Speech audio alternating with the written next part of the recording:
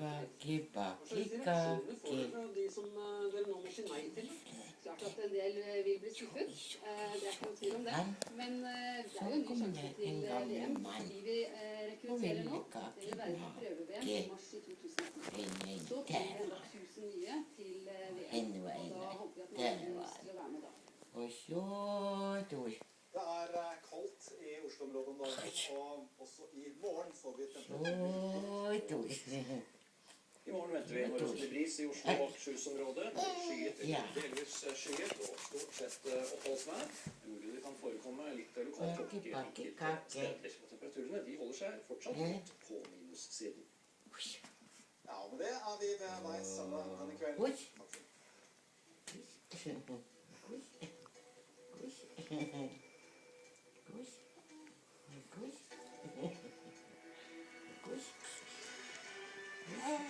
Ja.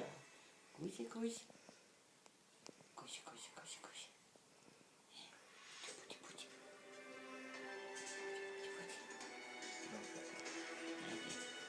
Pappa har tørt å gå opp og legge Lillegutt først, før du tar han. Du legger han først. Han er trøtt. Skal vi se, på meg nå? Nei.